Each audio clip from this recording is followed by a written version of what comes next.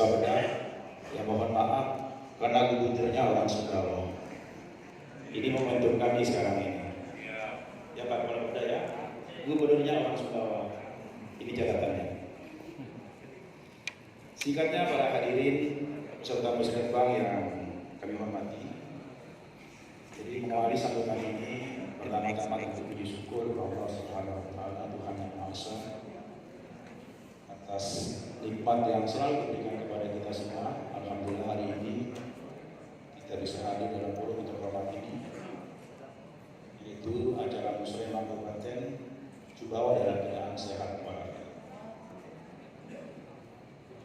Saya yang diberikan kesempatan untuk menyampaikan pokok-pokok bila diberi mewakili lembaga, ada beberapa hal yang ingin saya sampaikan. Pertama, tema Musrenbang RKP Kabupaten Sumbawa tahun 2024 adalah peningkatan pembangunan ekonomi yang berdaya saing dan layanan dasar yang berkeadilan. Nah, dengan tema Musrenbang tahun ini diharapkan menjadi akselerasi pembangunan di daerah, tak hanya mengejar target RPJMD, tapi juga bisa menjawab kebutuhan masyarakat Sumbawa. Momentum Musrenbang ini adalah kesempatan yang sangat berharga menghimpun gagasan dan aspirasi dari lembaga DPRD yang dituangkan dalam pokok-pokok pikiran DPRD Kabupaten Sumbawa. Alhamdulillah terkait dengan pokok-pokok pikiran DPRD kami sudah input dan sudah kami finalisasi tanggal 18 Maret 2023. Ini semuanya dalam rangka mendorong kualitas pelayanan publik dan mensukseskan program dan kinerja ke daerah yang berkualitas, responsif, serta lebih baik dari tahun ke tahun. Merencanakan pembangunan daerah adalah wajib dilakukan karena ini merupakan implementasi dari peraturan Menteri Dalam Negeri Nomor 86 Tahun 2017. Karena Musrenbang ini merupakan sinergitas kerja OPD dan pokok-pokok DPRD, dan setiap tahun kami DPRD melakukan reses dalam rangka menyerap aspirasi masyarakat, mana yang prioritas dan utama ini dan berapa. Beberapa permasalahan yang penting diperhatikan untuk menjadi perhatian kita semua, yaitu bagaimana meningkatkan kualitas mutu dan layanan dasar dan SPM, terjunnya pelayanan masyarakat dan kualitas pangan yang semakin bagus, menjaga pembangunan lingkungan hidup berkelanjutan, layanan publik yang excellent, kualitas informasi birokrasi yang baik dan mantap, meningkatkan kualitas infrastruktur kita dan konektivitas wilayah terbangun, membangun ekonomi kreatif, serta bagaimana mengembangkan desain pengembangan olahraga dan kebudayaan. Nah, dapat kami sampaikan ada beberapa strategi yang mungkin bisa kita coba. Yang pertama, satu, memperkuat layanan dasar dan kualitas sumber daya manusia yang berdaya saing. Kami di DPRD menekankan pada pemenuhan standar pelayanan minimal dalam pendidikan dan kesehatan. Sekarang kita banyak melihat Bapak Ibu semua bangunan-bangunan sekolah yang sudah hampir roboh, kondisinya sudah tidak memungkinkan lagi untuk proses belajar mengajar. Maka kami minta untuk digabungkan dibandingkan dengan kebutuhan yang lain, baik itu di tingkat SD maupun SMP. Karena memang kewenangan kita di tingkat kabupaten.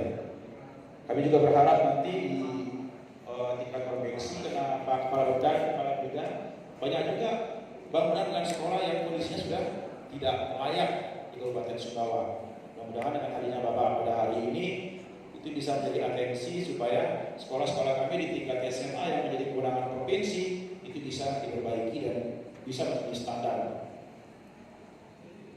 Begitu juga dengan kelulusan tenaga pendidik P3K tahun ini. Yang pertama kami ucapkan selamat dan sukses. Semoga semakin bersemangat dalam menjalankan tugas. Tetapi ada beberapa persoalan yang kami hadapi di lapangan. Banyak tenaga pendidik yang sudah lulus ternyata ditempatkan jauh dari tempat asalnya. Sementara mereka mempunyai suami atau istri. Ini ketiga atensi kita. Kalau memang kabupaten bisa memiliki kewenangan untuk merubah penempatan mereka, terus kita lakukan karena inilah pendekatan secara kemanusiaan. Yang kedua, memperkuat perekonomian dalam rangka ketambangan melalui peningkatan kualitas produk unggulan daerah dan ekonomi kreatif. Dalam hal ini DPRD memandang bahwa keberadaan kekayaan alam kita yang sangat melimpah, baik sumber daya alam yang dapat diperbarui berupa pertanian, hutan, peternakan, perikanan, maupun yang tidak dapat diperbarui berupa mineral logam dan batuan, hendaknya menjadi berkah bagi masyarakat. Keberadaan tambang semestinya menjadi penopang kehidupan dan kesejahteraan masyarakat kita, manakala manajemen tambang memperhatikan keberadaan pengusaha dan tenaga kerja lokal. Kami di DPRD telah banyak melakukan hearing kepada ibu semua dengan pemerintah desa, kecamatan, asosiasi dan LSM bersama pemerintah daerah, dan semuanya bersepakat bahwa keberadaan tambang harus membawa kesejahteraan masyarakat dan pengelolanya berprinsip menjaga kelestarian lingkungan. Untuk itu pemerintah daerah Kabupaten Sumbawa dan pemerintah daerah provinsi yang memiliki kewenangan untuk melakukan perizinan, pengawasan dan pembinaan memiliki peran sangat penting untuk mewujudkan itu. Jadi Pak Kepala Bapeda dan Kepala Perida, kami punya lokasi tambang di wilayah selatan dan di DPRD kami sering menerima hearing dan kita harus bersikap. Yang terbaru adanya aktivitas WNA asing yang masuk ke Sumbawa dan ini mengganggu suasana kondusivitas di wilayah kita.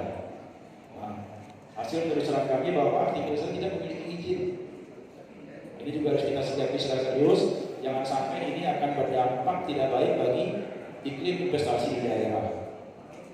Dan kewenangan izin itu kan ada di Provinsi Nusa Tenggara Barat. Dan kami juga berharap melalui Kepala dan Kepala Perida, ya sering-sering jalan ke Sumbawa, melihat bagaimana aktivitas tambang di daerah kami supaya bisa dapat bersama kami. Bagaimana sebenarnya aktivitas tambang di Sumbawa, apakah legal maupun ilegal. Karena kalau tidak ada komunikasi seperti ini, kami yakin kami Sumbawa itu akan berat untuk menertibkan teman-teman yang berada di sana. Apalagi kalau kita hanya menyerahkan kepada rekan-rekan camat yang akan mampu membendung situasi ini.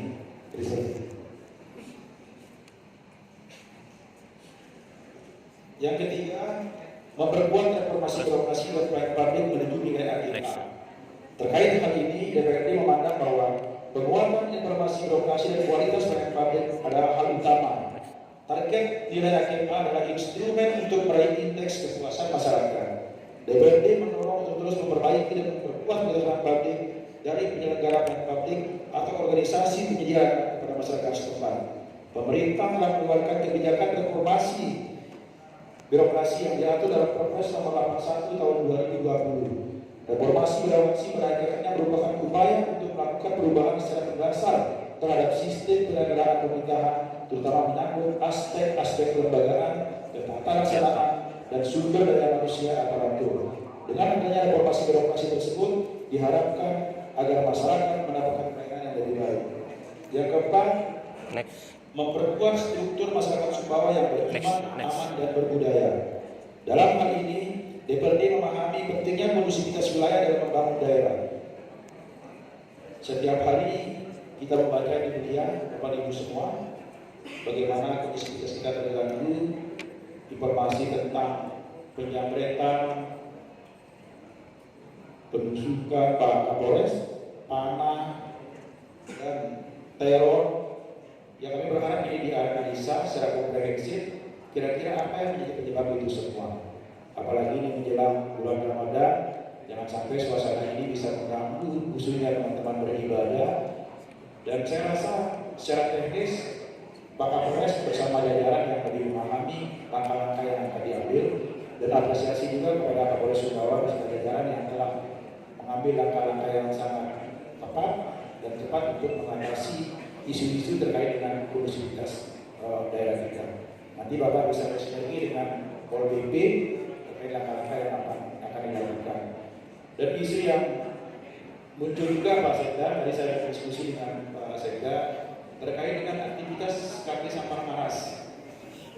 Nah, kami khawatir ketika kita tidak bersikap, ini akan mengganggu kondusivitas wilayah kita. Karena isu yang terjadi di Sampar Maras sana bukan hanya aktivitas kaki, sudah digeser ke ranah sara Bapak Ibu semua. Makanya kami berharap kepada pemerintah daerah, kalau memang kita bersepakat, ya udah kita hentikan semua itu. Jangan ada ruang bagi mereka untuk melaksanakan aktivitas lagi. Karena apa? kita sudah bersepakat bahwa bagi aktivitas KP yang tidak memiliki izin, tidak boleh ada aktivitas di sana Bapak Ibu semua. Sementara pemahaman kami sampai hari ini, KP-KP di sana tidak ada izin sama sekali. Artinya ketika ada aktivitas, mereka melakukan aktivitas secara ilegal. Untuk itu kami berharap kepada pemerintah daerah untuk segera bersikap, menutup dan jangan berikan ruang sama sekali untuk aktivitas KP di Saparmar, apalagi ini di luar Ramadan. Yang kelima, memperkuat pengembangan infrastruktur dan konektivitas wilayah. DPRD memandang bahwa percepatan pertumbuhan dan pemerataan pembangunan secara berkelanjutan digapai dengan berbuat nyata membangun infrastruktur. DPRD memandang bahwa wilayah kita yang luas membutuhkan akses yang memadai. Sekarang masih ada wilayah desa yang terisolir dan sulit untuk dilalui. Oleh karena itu, pemerataan pembangunan sangat penting. Sebagai contoh di Kecamatan Alas masih ada wilayah yang tidak bisa dijangkau. Begitu juga di Alas Barat, Olok Telu, Taragu, Ropak dan sebagainya. Dan itu perhatian dari kita semua. Yang keenam, memperkuat tata kelola lingkungan hidup, perubahan iklim dan mitigasi bencana. DPRD sangat merespon keluhan masyarakat terkait dengan kebersihan lingkungan dan bencana alam. Oleh karena itu, terhadap banjir yang membawa dampak yang sangat luas yang terjadi setiap tahunnya di sebagian wilayah Kabupaten Sumbawa, perlu dilakukan pengkajian yang komprehensif. Dan juga masukan dari pemerintah daerah. Akhir-akhir ini Kabupaten Sumbawa sangat sering mengalami musibah banjir dan dampaknya sangat luas. Ya, kami berharap juga dampak dari musibah banjir ini bisa diselesaikan dengan cepat dan tepat, sehingga kesannya tidak hanya ketika ada musibah banjir kita datang berkunjung tanpa ada penyelesaian secara komprehensif terhadap musibah yang kita hadapi. Sebagai contoh, banjir di Pelampang, di Lapi, Kecamatan Alas, sampai hari ini dampak dari musibah banjir tersebut masih ada yang belum tersentuh bagaimana cara kita menyelesaikannya. Yang terbaru Bapak Ibu semua, Pak Sekda sudah kami laporkan ke BPBD di Kecamatan Pelampang ada rumah warga yang kalau kita biarkan itu akan hanyut. Begitu juga di Lapi.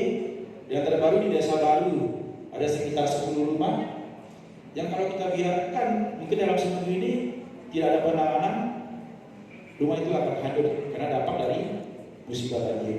Makanya kami berharap kalau memang anggaran yang kita butuhkan itu ada, segera tangani segera.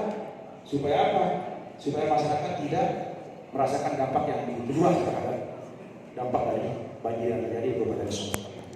Hadirin, terima kasih. Terakhir kami ada informasi tadi. APBD 2024 dilakukan pada suasana spirit semangat dan waspada di tengah kondisi risiko tekanan geopolitik, ancaman resesi dan pemilu 2024. Optimis dengan ikhtiar dan kinerja positif cakupan perekonomian sebagaimana muatnya pemulihan nasional, ekspansi sektor-sektor strategis, membaik kinerja, konsumsi, investasi dan tenaga perdagangan, moderat laju inflasi dan positif kinerja APBD. Kebatinan dalam waspada terkait risiko ketidakpastian tinggi pada perlambatan ekonomi, tensi geopolitik, pengetatan kebijakan moneter agresif dan efek dampak pandemi. Modalitas dalam kerangka peningkatan produktivitas untuk transportasi ekonomi yang inklusif dan berkelanjutan dilakukan dengan gerakan langkah-langkah strategis.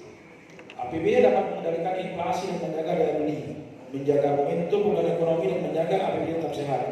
Mitigasi risiko yang sulit dengan mengendalikan defisit, menyediakan buffer dan fleksibilitas APBD, bauran kebijakan fiskal moneter sektor keuangan, menjaga momentum transformasi ekonomi dengan aksi mendukung efektivitas reformasi fiskal, mendukung sentra ekonomi baru dan pemerataan pembangunan, dan menjaga terlaksananya program prioritas.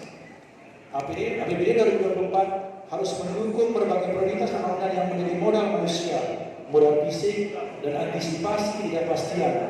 Prioritas tersebut terakumulasi pada pembangunan kesehatan, ketahanan pangan, infrastruktur, pendidikan dan perlindungan sosial. Formulasinya dilakukan dengan akselerasi reformasi untuk mendongkrak pertumbuhan dengan reformasi sumber daya manusia, reformasi fiskal, reformasi struktural, reformasi transformasi ekonomi, dan transformasi sektor keuangan. Isu penting juga terkait surat edaran Mendagri dan Kepala LKPP Republik Indonesia tentang Gerakan Nasional Bangga Buatan Indonesia pada pengadaan barang dan jasa di lingkungan pemerintah dengan mendorong peningkatan penggunaan produk dalam negeri dengan membentukkan tim P3DM, pengalokasian paling sedikit 40% nilai anggaran belanja barang dan jasa dikelolanya untuk penggunaan produk dalam negeri dan mewajibkan OPD belanja produk dalam negeri. Terakhir, hasil kesepakatan pemerintah, DPR RI dan penyelenggara pemilu berapat kerja bersama Menteri Dalam Negeri dan rapat dengan pendapat DPR RI dengan Mendagri, KPU, Bawaslu dan KPP pada tanggal 24 Januari 2022 menghasilkan bahwa pemilu dilaksanakan pada hari Rabu 14 Februari 2024 dengan durasi masa kampanye 75 hari dan pilkada dilaksanakan hari Rabu 27 November 2024. Terkait hal ini Bapak Ibu semua, beberapa pemerintah daerah adalah membantu penyediaan Satpas KPU dan Bawaslu daerah, membantu pelaksanaan distribusi pemilu pada daerah terpencil, dan yang penting pemberian dana hibah kepada KPU dan Bawaslu yang ada di Kabupaten Sumbawa ini. Saya rasa itu yang dapat saya sampaikan. Demikianlah pokok-pokok yang dapat kami sampaikan pada kesempatan ini. Terima kasih. Assalamualaikum warahmatullahi wabarakatuh.